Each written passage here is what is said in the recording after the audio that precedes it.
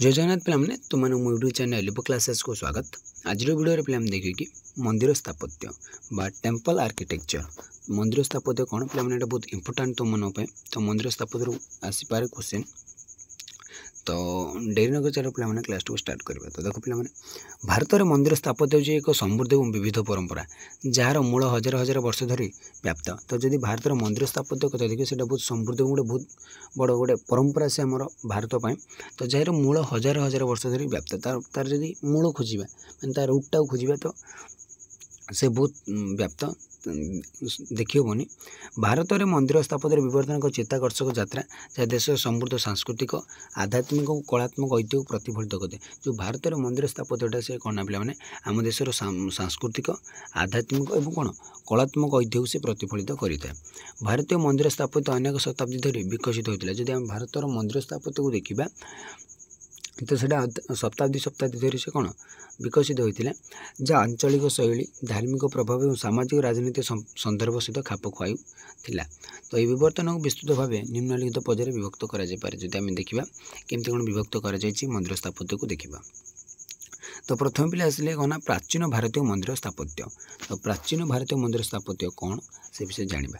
तो प्राचीन भारतीय मंदिर स्थापत्य होची देशर समृद्ध सांस्कृतिक और धार्मिक ऐतिह्यर एक उल्लेखनीय अभिव्यक्ति। जब आम देखिए प्राचीन भारतीय मंदिर जब देखा तार स्थापत्यता होची कि देशर समृद्ध सांस्कृतिक और धार्मिक ऐतिह्यर एक उल्लेखनीय अभिव्यक्ति।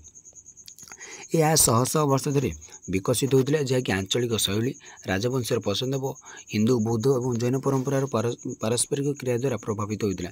तो यहाँ कौन पे शह शह धरी ये कौन विकास लाभ कर जैकि आम आंचलिक शैली मान आंचलिक शैली को देखा जाए और राजवंशर पसंद। तो राजवंश जोटा गोटे पसंद करती से शैलीटा गोटे अनुसरण कर हिंदू बौद्ध जैन धर्मर परंपरार जो पारस्परिक क्रिया द्वारा प्रभावित होता। मोटामोटी भाव प्राचीन भारतीय मंदिर स्थापत्य को भौगोलिक और सांस्कृतिक अंचल आधार तीनोटी प्रमुख शैली विभक्त कर। जब आम देखिए मोटामोटी भाव ताले प्राचीन भारतीय मंदिर स्थापत्य को आम तीन भाग विभक्त करवा। प्रथम आसला प्रारंभिक स्थापत्य जोटा 500 ख्रीष्टपूर्व 300 ख्रीष्टाब्द पर्यंत रही। तो प्रथम प्रारंभिक स्थापत्य कौन देख पे प्राचीनतम मंदिर भली संरचना गुड़िक पत्थरकटा गुंफा जेपरी अजंता और एलोरा वो एलिफेंट गुंफा जोटा मुंबई अच्छे जहाँ मठ और मंदिर भाव में व्यवहृत होते जोटा आम मठ बा मंदिर कहे से गुड़ प्रथम एटा आम कह प्रारंभिक स्थापत्य जोटा 500 ख्रीष्टपूर्व 300 ख्रीष्टाब्द पर्यंत रही।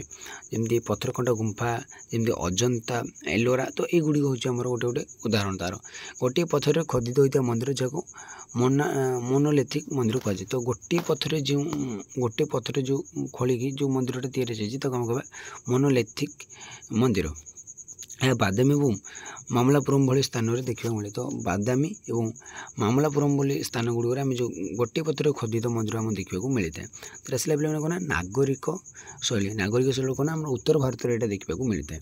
नागरिक शैली स्थापत्य हूँ मंदिर स्थापत्य एक प्रमुख शैली जहाँ उत्तर भारत में उत्पन्न और विकसित होता है उत्तर भारत होता है।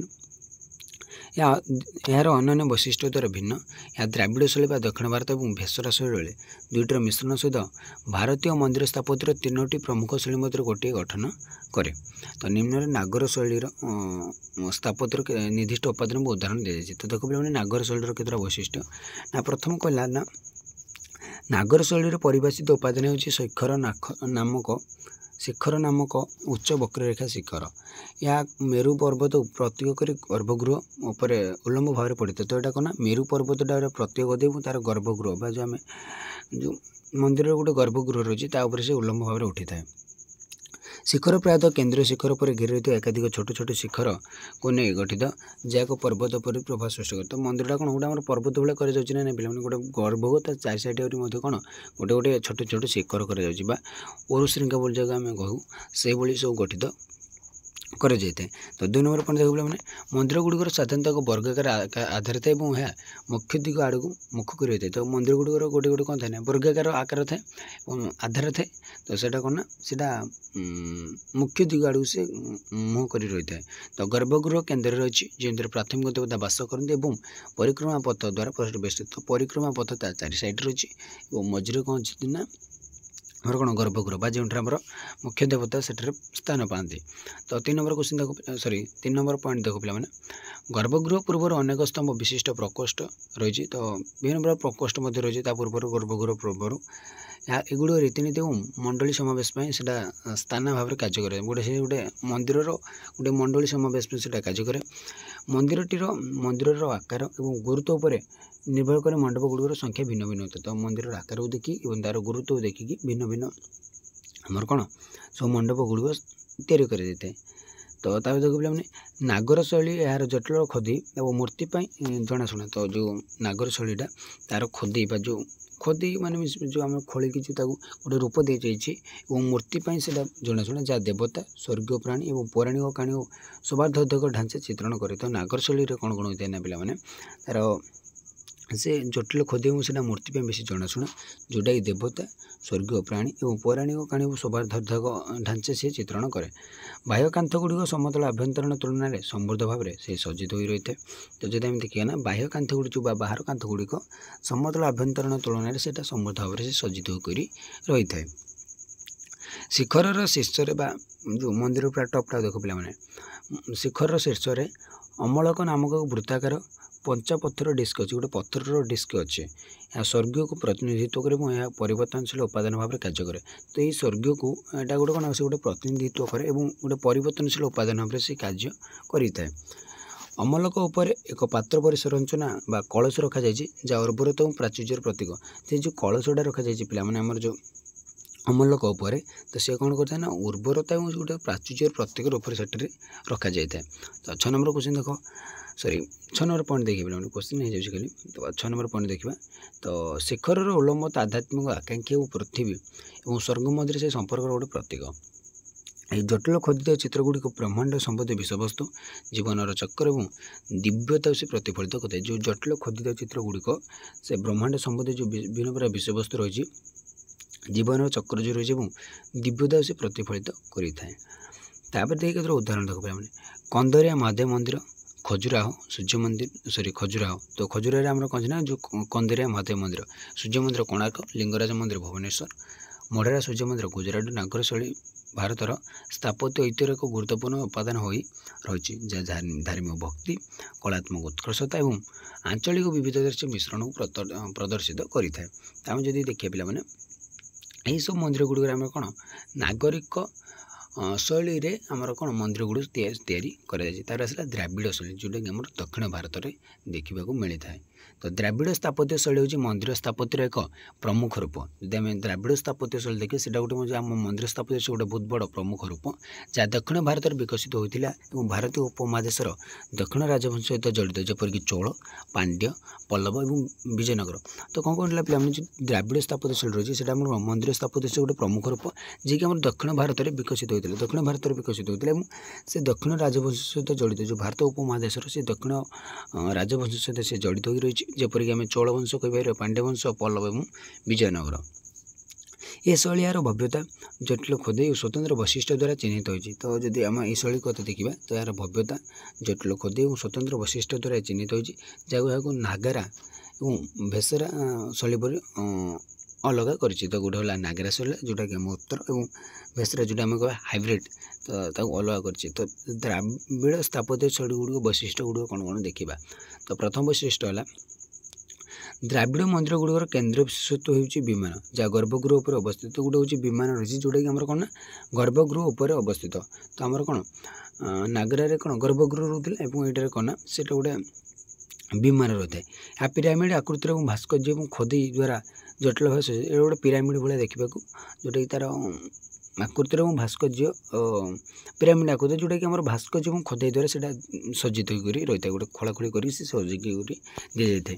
तार से 2 नंबर द्राविड़ मंदिर गुड़िकर प्रवेश द्वारा स्मारक और विस्तृत भाव में खोदित गोपुपुरम द्वारा चिन्हित से गोटे गोपुपुरम भाया चिन्हित कर विशाल संरचना गुड़िक प्रायतः विमान अपेक्षा लंबा और मंदिर परिसर सबुठार दृष्टि आकर्षण उपादान भाव में कार्य करे। जो मंदिर जो स्मारक गुड़िक से गोटे दृष्टि आकर्षण भाया कार्य करें।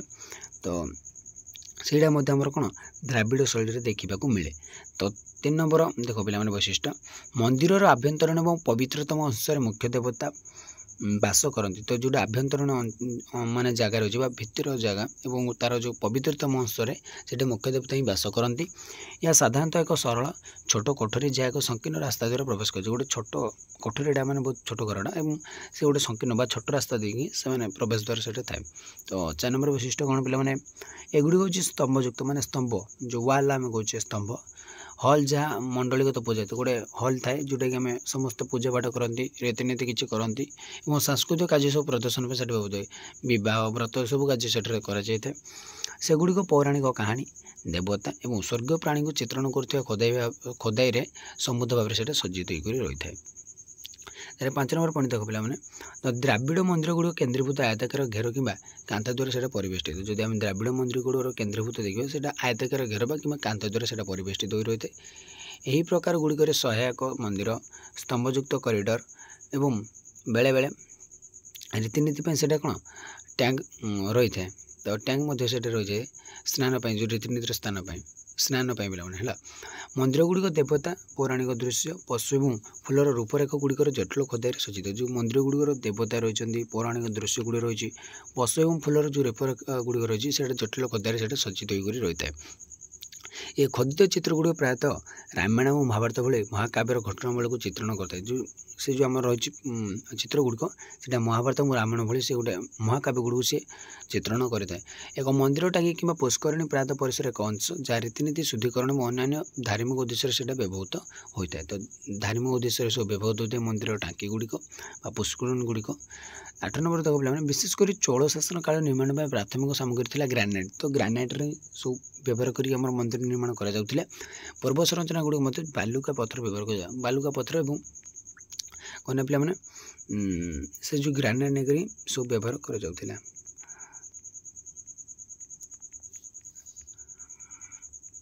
हाँ पे मैंने तो द्राविड़ मंदिर उदाहरण के देखीदा बृहदेश्वर मंदिर थांजावुर मीनाक्षी मंदिर मदुराई सौर मंदिर महाबलीपुरम विरूपाक्ष मंदिर हम्पी द्राविड़ शैली दक्षिण भारत एक गुरुत्वपूर्ण सांस्कृतिक और स्थापत्य परंपरा रही जहाँ परवर्ती समय मंदिर डिजाइन को से प्रभावित कर आधुनिक मंदिर निर्माण से प्रेरणा जोगाई। तो जब आम देखिए द्राविड़ मंदिर से जो से आम कौन से परवर्ती समय जो मंदिर गुड़ी तार डिजाइन को से प्रभावित कर आधुनिक मंदिर निर्माण को से गोटे प्रेरणा देती कि कौन मंदिर निर्माण कर से गोटे प्रेरणा देती।